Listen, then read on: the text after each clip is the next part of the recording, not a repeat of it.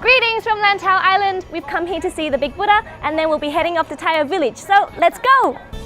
Lantau Island, home to Disneyland and Hong Kong International Airport. Today we're headed to the west side of the island to explore Ngong Ping and Tai O, a famous fishing village in Hong Kong.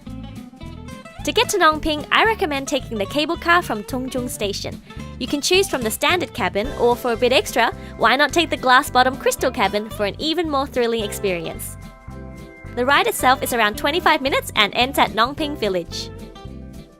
Created with tourism in mind, Ngong Ping Village kind of reminded me of a movie set. While we didn't stay there long, it definitely made an interesting walk to our main destination, the Big Buddha. But first, a quick bite to eat. We just got some Chinese desserts, a dong tau fu fa and a yip ji mao.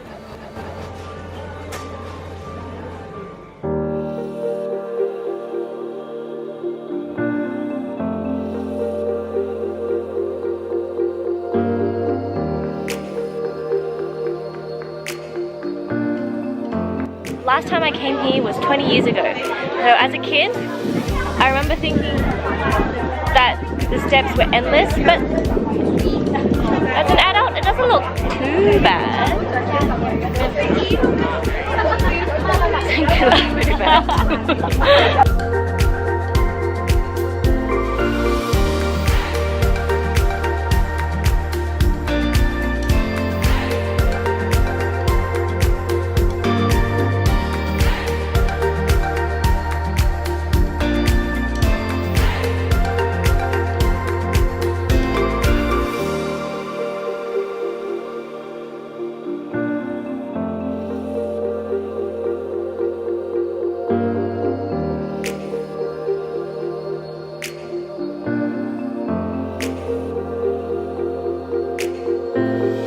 Next, we made our way back to Ngong Ping Village where we caught the bus to Tai O, one of the oldest fishing villages in Hong Kong.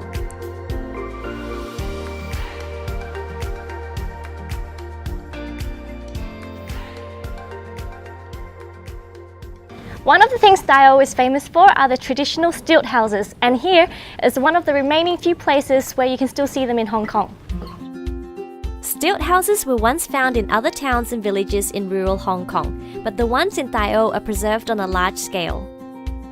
These structures are built close together or even interconnected, forming a close community where few remaining fishermen and their descendants still reside today. So some of the stilt houses have little cafes or places to eat at the back where you can sit above the water, like the one behind me and also the one I'm on right now. This is a dessert place and we've ordered a mong bò bò din mango pudding, lang fan grass jelly and some tofu fa. While you're here, be sure to try the famous charcoal stove cooked gai dan zai, as well as other local street food. There's plenty to choose from.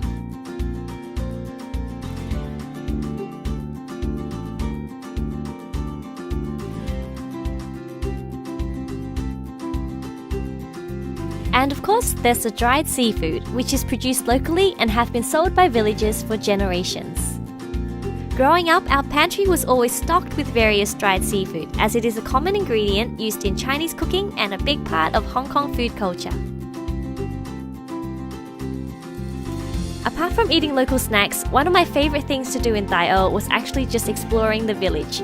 I really enjoyed seeing a different side to Hong Kong, and though it's not a big place, there are still parts of Tai O I have yet to see. For 25 Hong Kong dollars, you can also take a boat ride around the waterways of Tai O for a close look at the stilt houses before heading out to sea, where if you're really lucky, you may see the elusive Chinese white dolphin.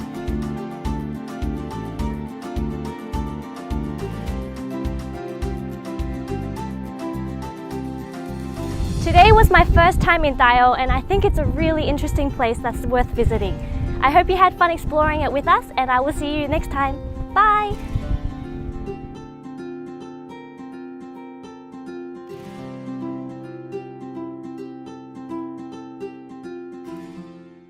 Today was my first time in Tai O and I think it's a really interesting place.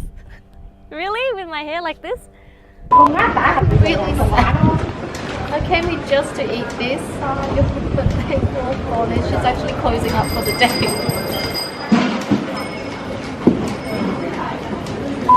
these people, including myself, are crowding around because there's this Chinese TV company, film crew, TVB, and they're filming something here.